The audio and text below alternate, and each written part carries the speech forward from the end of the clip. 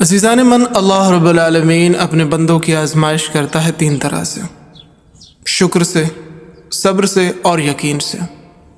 حضرت انسان ایک چیز کو چاہتا ہے، اللہ رب العالمین اسے فوراً عطا فرماتے ہیں۔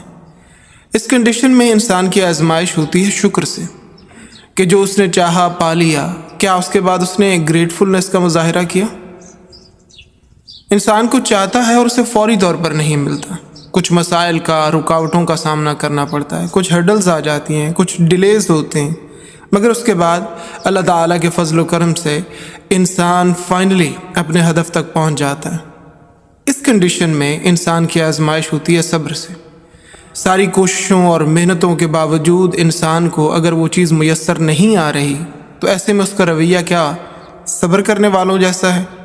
انسان کو چاہتا ہے اور اسے باوجود کوشش کے، محنت کے، تمام جائز اسباب کو اختیار کرنے کے باوجود، دعاؤں کے، وہ چیز حاصل نہیں ہو رہی، وہ خواہش پوری نہیں ہو رہی۔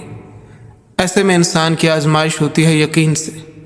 انسان کو اس بات پر یقین ہونا چاہیے کہ میری ساری محنتوں، ریاضتوں، کوششوں کے باوجود اگر میں اپنے مقصد میں کامیاب نہیں ہو رہا تو میرے رب نے میرے لیے اس سے بہتر کچھ پسند کیا ہوگا، جس کی وجہ سے مجھے اس چیز تک رسائی حاصل نہیں ہو رہی، میں اپنے مقاصد میں کامیاب نہیں ہو رہا۔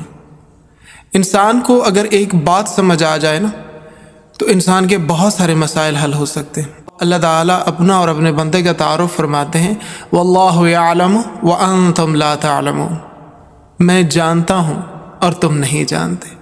کتنی ایسی خواہشات ہیں جن کے پورا نہ ہو سکنے پر ہم غمزدہ ہوتے ہیں، مگر ہمارا رب جانتا ہوتا ہے کہ اگر وہ خواہش پوری ہو جائے تو ہمارا کس قدر نقصان ہوگا۔